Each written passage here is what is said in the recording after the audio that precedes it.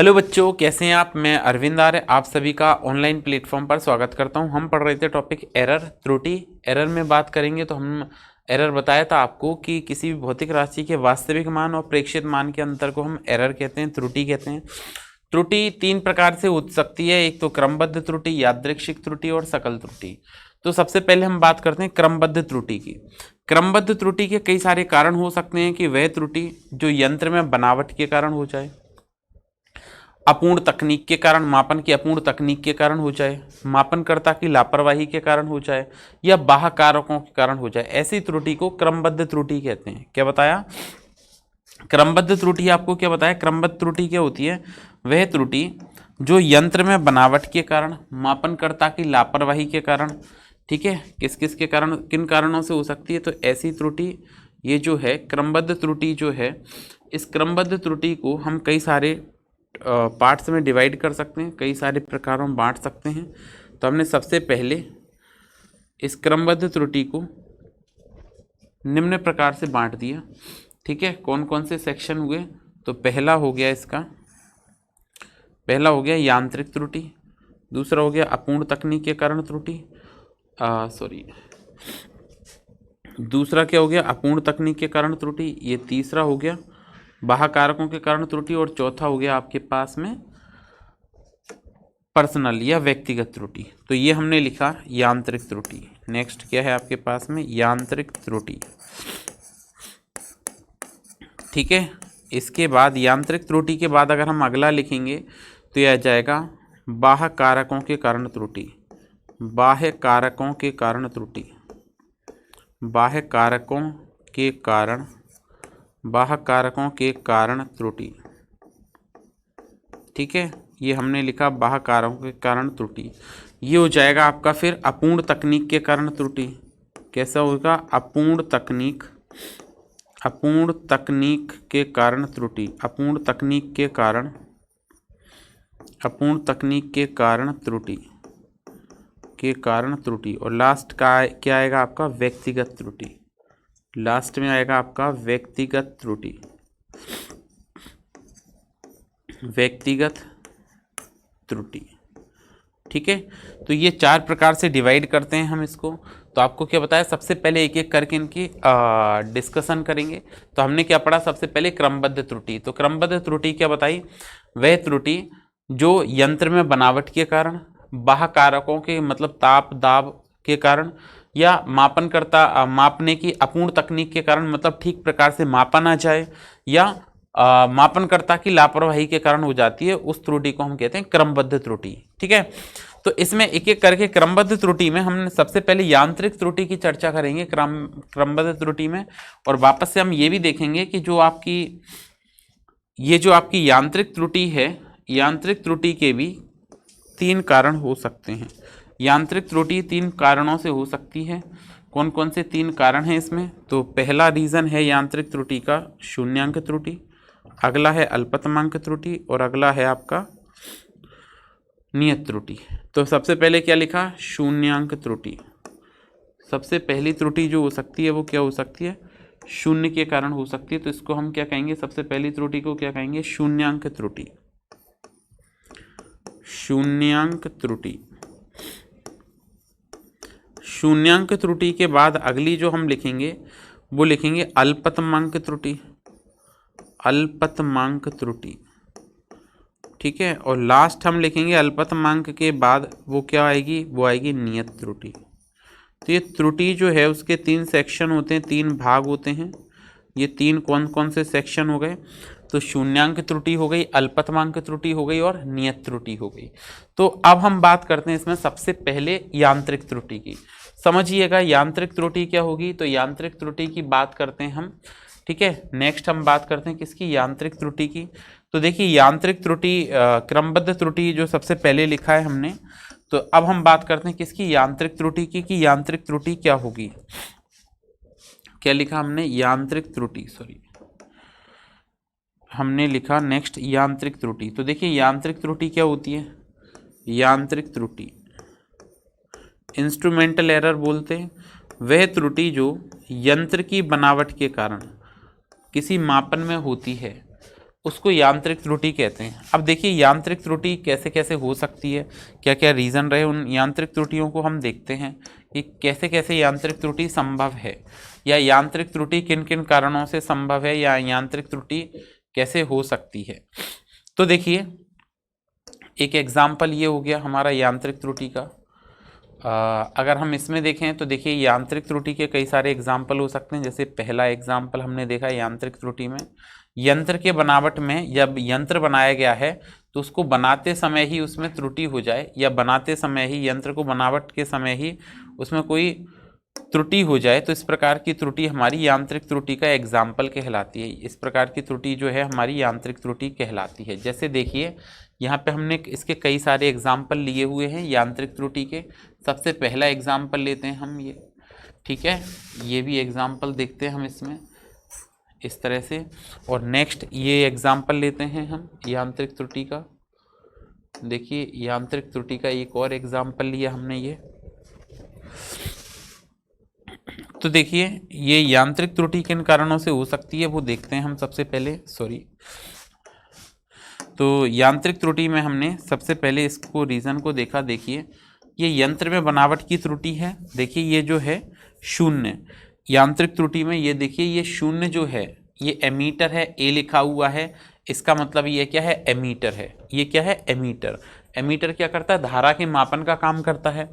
अब आप देखिए इसमें जो इसका विक्षेपक है ये क्या है, शून्य से नीचे है। इसका जो विक्षेपक है वो क्या है, शून्य से नीचे है। डिफ्लेक्टर है जो वो शून्य से नीचे है। इसका मतलब जब भी आप मापन करोगे तो ये इतना मान ज़्यादा पड़ेगा। जैसे सपोज दैट थोड़ी देर बाद ये आपकी जो निडल है वो 20 पे आ गई। कहाँ पे आ गई, 20 वाली इस पे आ गई। जब ये 20 के इस पे आ जाएगी तो इसका मतलब आप रीडिंग तो 20 एम्पियर ही पढ़ोगे। आप रीडिंग क्या पढ़ोगे इसकी, 20 एम्पियर ही पढ़ोगे, 20 एम्पियर पढ़ोगे।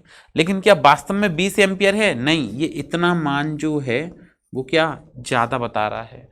ठीक है, और देखते हैं हम इसमें देखिए और एग्जाम्पल लेंगे तो देखिए इसमें क्या है, यांत्रिक त्रुटि का एग्जाम्पल है ये भी। यांत्रिक त्रुटि यंत्र के बनावट के समय होने वाली त्रुटि यांत्रिक त्रुटि कहलाती है। इसमें अगर हम देखें तो देखिए आप ये एमीटर जो है और ये वोल्ट मीटर है। एमीटर किस काम आता है, एमीटर धारा नापने के काम आता है। वोल्ट मीटर क्या, विभवांतर नापने के काम आता है। तो अगर आप इसको देखें तो देखिए इसमें एमीटर में शून्य यहाँ से स्टार्ट हो रहा है, लेकिन आपका जो पॉइंटर है वो कुछ इस बिंदु पर है, शून्य से पहले है। ठीक है, इसका मतलब ये ज़्यादा मान नापेगा, ये कम नापेगा। ये देखिए इसका पॉइंटर 0 के आगे, ये 0 है, ये 1 है, ये 2 3 4 5 है ना। तो ये क्या है, 0 के बाद 2 अंश आगे है, 0 के बाद 2 अंश आगे है, और 0 के बाद 2 अंश आगे है। तो ये क्या करेगा, जब ये थोड़ी देर बाद 2 वोल्ट पर आएगा, जब ये कितने पे आएगा, 2 वोल्ट का मापन करेगा। तो अगर 2 वोल्ट का मापन करेगा इसका मतलब क्या हुआ यहाँ पे कि इसने क्या है, कुछ मान वास्तविक मान से कम मापा है। कुछ मान जो है वो क्या हो गया, वास्तविक मान से कम मापा है। देखिए कुछ मान जो है वो क्या किया इसने, वास्तविक मान से कम मान मापा है। तो देखिए इस तरह से ये हो गया आपका 2 वोल्ट, ये लगभग 2 वोल्ट हो गया। लेकिन जब आप 2 वोल्ट पढ़ोगे तो एक्चुअली 2 वोल्ट होगा क्या, नहीं होगा। आपने कितने की यहाँ पे 2 डिवीजन की गलती कर दी।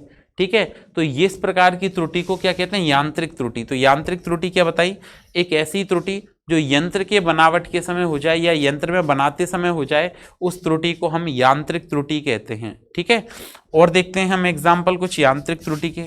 देखिए कुछ और एग्जाम्पल समझते हैं यांत्रिक त्रुटि से।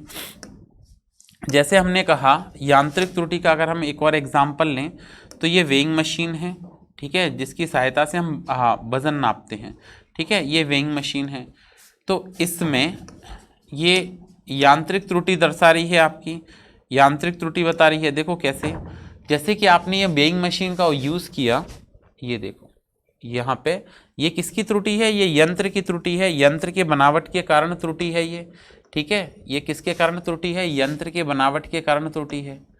तो इसको हम इस त्रुटि को कौन से यांत्रिक त्रुटि कहेंगे, और यांत्रिक त्रुटि कहेंगे तो समझिए थोड़ा सा इसको आगे। जैसे हमने ये कहा ये वेइंग मशीन है आपकी, जब आप भी इससे नापोगे, इस पर हम मेज़रमेंट कर रहे हैं, कुछ नाप रहे हैं, और जब आप मेज़रमेंट कर रहे हो तो देखो ये कितना बता रही है, -202.2 ग्राम। कितना बता रही है, -202.2 ग्राम बता रही है ये मान तो। और अगर ये इतना मान बता रही है, इसका मतलब ये पॉसिबल है क्या, ये नेगेटिव द्रव्यमान का मान ऋणात्मक हो सकता है क्या, नहीं हो सकता।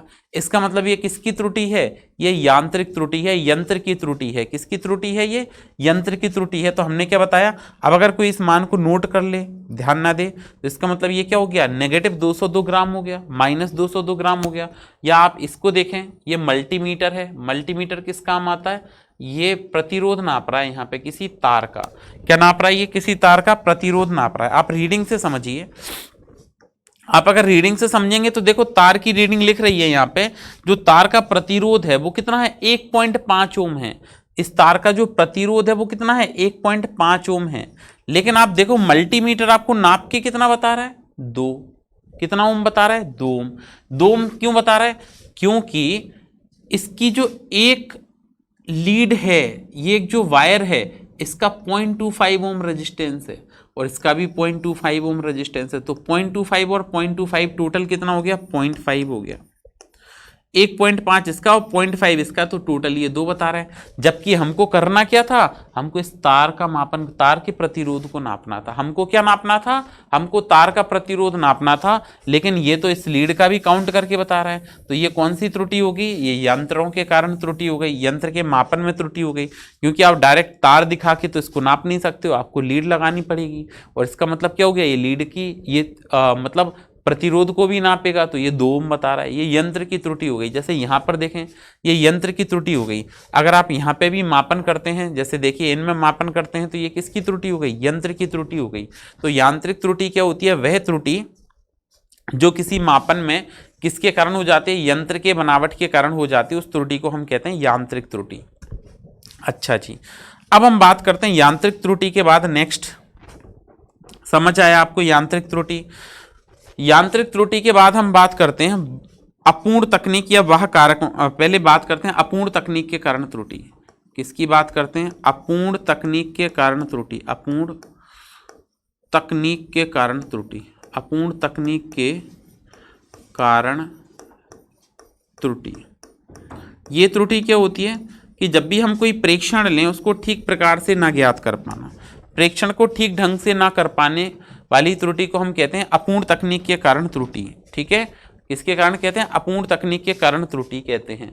कैसे, प्रेक्षण ठीक ढंग से प्राप्त ना कर पाना। जैसे एक एग्जाम्पल के साथ समझते हैं, हम देखते हैं थर्मोमीटर क्या करता है। थर्मोमीटर क्या करता है, फटाफट बताइए, ताप को नापता है। तो जब हम बीमार पड़ते हैं तो हम थर्मोमीटर से ताप को नापते हैं। ठीक है, किसको नापते हैं, ताप को नापते हैं। किसकी सहायता से, थर्मोमीटर की सहायता से नापा जाता है ताप को। अब जब आप थर्मोमीटर की सहायता से ताप को नापेंगे, तो उसमें कई बार आप देखते हैं कि 2 स्थितियां होती हैं नापने की। एक तो देखिए, आपने जो थर्मोमीटर का यूज़ किया वो आप सीधे ऐसे मुंह पे लगाते हैं थर्मोमीटर मापन के लिए, और एक थर्मोमीटर आप कहाँ पे लगाते हैं, एक तो ये हमने यहाँ पे लगा दिया, इस तरह से मापन करते हैं। दूसरा हम क्या करते हैं, आर्म पिट से जोड़कर मापन करते हैं। मान लो कई बार ऐसा होता है थर्मोमीटर यहाँ लगा दिया जाता है, छोटे बच्चे हैं मुंह में नहीं संभाल सकते, तो हम यहाँ आर्म पिट पे लगा देते हैं। अब जैसे आप आर्म पिट पे लगाओगे थर्मोमीटर, तो वो जो वैल्यू बताएगा ना, वो ठीक नहीं बताएगा, उतनी वैल्यू नहीं बताएगा जो एक्चुअल वैल्यू है। वो उस मान को नहीं बताएगा जो उसका कैसा मान है, वास्तविक मान है। उस मान की जगह कुछ अलग मान बताएगा। कहाँ, आर्म पिट पे। जबकि बॉडी तो एक ही है, बॉडी एक ही है, तो मान एक ही आनी चाहिए, वैल्यू सेम आनी चाहिए थी। बट ऐसा नहीं होगा, हर बार वैल्यू सेम, मतलब आर्म पिट पे वैल्यू कुछ अलग आएगी। और आप अगर देखोगे तो अगर आप मुंह में, माउथ में थर्मोमीटर इंसर्ट करते हो, यहाँ लगाते हो, तो वैल्यू अलग आएगी। यहाँ ज़्यादा एग्जैक्ट आएगी आर्म पिट की अपेक्षा। ठीक है, मतलब इधर लगाने की अपेक्षा, आर्म पर लगाने की अपेक्षा मुंह पर ज़्यादा करेक्ट आएगी वैल्यू। तो ये क्या हो गया, अपूर्ण तकनीक के कारण त्रुटि हो गई, कि हमको पता है कि ऐसे में गलत आएगा, मान एग्जैक्ट नहीं आएगा, फिर भी कई बार इस तरह से मापन किया जा सकता है। फिर देखो, कुछ ये भी अपूर्ण तकनीक का मापन है। जैसे कि हम यहाँ पे कहें कि आपने यहाँ पे कोई रीडिंग ली। अब ये रीडिंग आप ले रहे हो, तो रीडिंग लेने का तरीका ये होता है कि आप ठीक एग्जैक्ट रीडिंग लें सामने से, जो भी मान है उसको ठीक सामने से पढ़ें। ठीक है, अगर आप सामने से पढ़ेंगे तो ये सही वैल्यू बताएगा। लेकिन अगर आप क्या करोगे, एक इनकरेक्ट एंगल से देखोगे, आप इधर से देखोगे या इधर से देखोगे तो वैल्यू एग्जैक्ट ना आके कुछ डिफरेंट वैल्यू आएगी, कुछ अलग वैल्यू आएगी, ठीक है, कुछ मान ज्यादा आएगा या कम आएगा। तो इसको हम क्या कहेंगे, अपूर्ण तकनीक के कारण त्रुटि कहते हैं, जबकि ये बिल्कुल आपको एग्जैक्ट सामने से देखना चाहिए जो वैल्यू है। अगर आप इधर से देखोगे तो देखो इसमें लिखा हुआ है, ये वाली लाइन बनी हुई है, ये इधर चली शिफ्ट हो जाएगी, और अगर इधर शिफ्ट हो जाएगी तो आपको वास्तविक मान से कुछ अलग मान मिलेगा। इस प्रकार की त्रुटि को हम क्या कहते हैं, अपूर्ण तकनीक के कारण त्रुटि। मतलब जब किसी वस्तु का मापन करते हैं या किसी भौतिक राशि का मापन करते हैं तो मापन ठीक प्रकार से ना कर पाने को हम कौन सी त्रुटि कहते हैं, अपूर्ण तकनीक के कारण त्रुटि कहते हैं। ठीक है, ये बात क्लियर है आपको? ठीक है, अब हम नेक्स्ट अपूर्ण तकनीक के कारण त्रुटि के बाद हम बात करते हैं बाह्य कारकों के कारण त्रुटि। किसकी बात करेंगे, बाह्य कारकों के कारण त्रुटि। बाह्य कारकों के कारण त्रुटि, बाह्य कारकों के कारण त्रुटि। तो देखिए ये क्या होती है बाह्य कारकों के कारण त्रुटि, जैसे ताप के कारण, दाब के कारण। किसके कारण, वह त्रुटि जो ताप के कारण, दाब के कारण, ठीक है, या गुरुत्वीय त्वरण परिवर्तन के कारण जो मापन में हो जाती है, उस त्रुटि को हम कहते हैं क्या, बाह्य कारकों के कारण त्रुटि। जैसे इसका एक एग्जाम्पल से हम समझते हैं बाह्य कारकों के कारण त्रुटि। बाह्य कारकों के कारण त्रुटि का अगर हम एग्जाम्पल लें कि एक्सटर्नल कॉज से कैसे हो सकता है, तो देखो ये एक बाह्य कारक है जिसको हम दूर नहीं कर सकते, ठीक है। तो यहाँ पर देखो ये पेंडुलम वाली वॉच दिखाई गई है, इस तरह की ये घड़ियाँ जो है पेंडुलम वाली वॉच जो हैं ये समय का मापन करेंगी। अब पेंडुलम वाली वॉच जो हैं ये स्मॉल जी पर निर्भर करती हैं। आप यहाँ पे देखेंगे कि इसका जो आवर्तकाल आता है वो आता है T=2π√L/g। इसका मतलब इसका आवर्तकाल जो है वो गुरुत्वीय त्वरण के व्युत्क्रमानुपाती है, जी पर निर्भर करता है। लेकिन आप क्या करेंगे, जैसे जैसे ऊंचाई पर जाएंगे पृथ्वी की सतह से या गहराई पर जाएंगे, तो देखो पृथ्वी की सतह पर जो स्मॉल जी का मान होता है वो होता है 9.8 मीटर पर सेकंड स्क्वायर। ये कहाँ होता है, अर्थ सरफेस पर, पृथ्वी की सतह पर। लेकिन अगर आप ऊंचाई या गहराई पर जाएंगे तो जी का मान बदलेगा। ऊंचाई पर जाने पर और गहराई पर जाने पर स्मॉल जी के मान में क्या होती है, कमी, और जी के मान में कमी होगी तो जी बदलेगा तो आवर्तकाल भी बदलेगा, क्योंकि ये क्या करेगा, ज़्यादा फ्रीली गति कर सकता है। जी इस पर कम लगेगा, वेट कम लगेगा तो ज़्यादा आसानी से गति कर सकता है। तो जी का मान क्या हुआ, घटा, तो टी का मान क्या हुआ, बढ़ा। तो ये किसके कारण हो गई, बाह्य कारकों के कारण त्रुटि। और एग्जाम्पल देखें हम बाह्य कारकों के कारण त्रुटि का, तो देखिए अगर हम बात करें बाह्य कारकों के कारण त्रुटि, तो देखिए ये हमने एक एग्जाम्पल लिया, कोई एक चालक तार है, चलिए इसमें डायग्राम है नहीं, तो हमने क्या किया, एक चालक तार का यूज़ किया। एक चालक तार लिया और चालक तार में हम, एक मिनट दिखाते हैं आपको डायग्राम चालक तार वाला भी। एक चालक तार में से हमने क्या किया, धारा प्रवाहित करते हैं उस चालक तार में। तो आप देखेंगे कि चालक तार में जब हम धारा प्रवाहित करेंगे तो धारा प्रवाहित करेंगे तो चालक तार क्या होगा, गर्म हो जाएगा धीरे धीरे। और जब चालक तार गर्म होगा तो उसमें क्या होगी, विद्युत ऊर्जा जो है उसका ऊष्मा के रूप में व्यय होने लग जाएगा। ये एक डायग्राम था, ये देखते हैं हम।